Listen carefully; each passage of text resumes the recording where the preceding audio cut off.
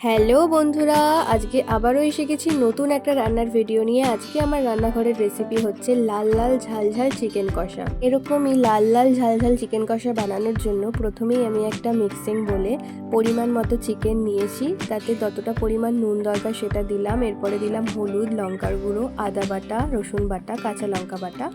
এরপরে দিয়েছিলাম কিছুটা টক দই। এরপরে ভালো করে জিনিসটাকে মিক্স করতে হবে। ও হ্যাঁ, তোমাদেরকে তো বলতে ভুলে গিয়েছিলাম, মাঝে আমি একটুখানি সর্ষের তেলও ছড়িয়ে দিয়েছিলাম। এরপরে জিনিসটাকে আমি ভালো করে মেখে নেব। তারপরে ম্যারিনেট করে বেশ কিছুক্ষণ রেখে দেবো ঢাকা চাপা দিয়ে। সত্যি বলতে রান্নাটার মধ্যে এমন কিছু নতুনত্ব ব্যাপার নেই, এরকমভাবেই আমি প্রায়শই আমার বাড়িতে বানিয়ে থাকি, তাই ভাবলাম তোমাদের সাথেও একটু শেয়ার করে দিই।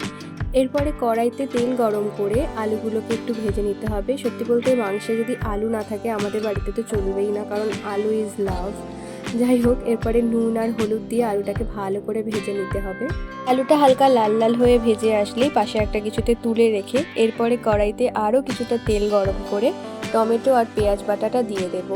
আর একটা কথা এখানে বলে রাখি, টমেটো আর পেঁয়াজটা কিন্তু আমি আধ বাটা মতো করেছি, মানে পুরো মিহি পেস্ট যেটা হয় সেটা করিনি।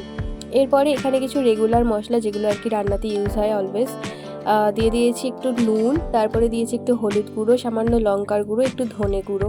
মশলাটা ঠিক এইভাবে নাড়তে হবে যতক্ষণ না এরকম ভাজা ভাজা হয়ে আসছে। এরপরে আমি দিয়ে দেবো কিছুটা পরিমাণ জল।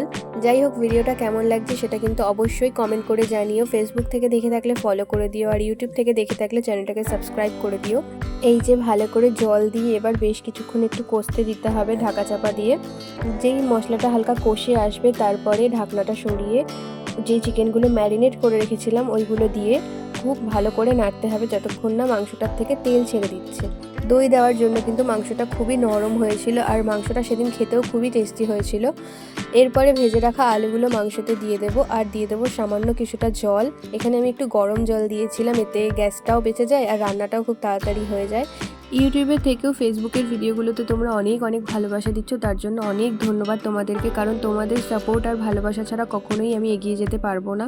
আর তোমাদের এই সাপোর্টের জন্য ইচ্ছা করবে আরও ভালো ভালো ভিডিও তোমাদের সামনে আমি তুলে ধরি। তোমাদের সাথে কথা বলতে বলতে আমাদের রান্না এখন প্রায় কমপ্লিট। এবার সব শেষে একটুখানি গরম মশলা ছড়িয়ে দিলেই তৈরি আজকের আমাদের শো স্টপার লাল লাল ঝাল ঝাল চিকেন। দুপুরবেলা গরম ভাতের সাথে একটু সামান্য স্যালাড আর এই যে চিকেন কষাটা যদি থাকে তাহলে তো আর কোনো কথাই নেই, পুরো দুপুরের খাবার জমে যাবে। সত্যি বলছি। ভিডিওটা কেমন লাগলো জানাতে ভুলো না। আজকের মতো এটুকুই, বাই, থ্যাঙ্কস ফর ওয়াচিং।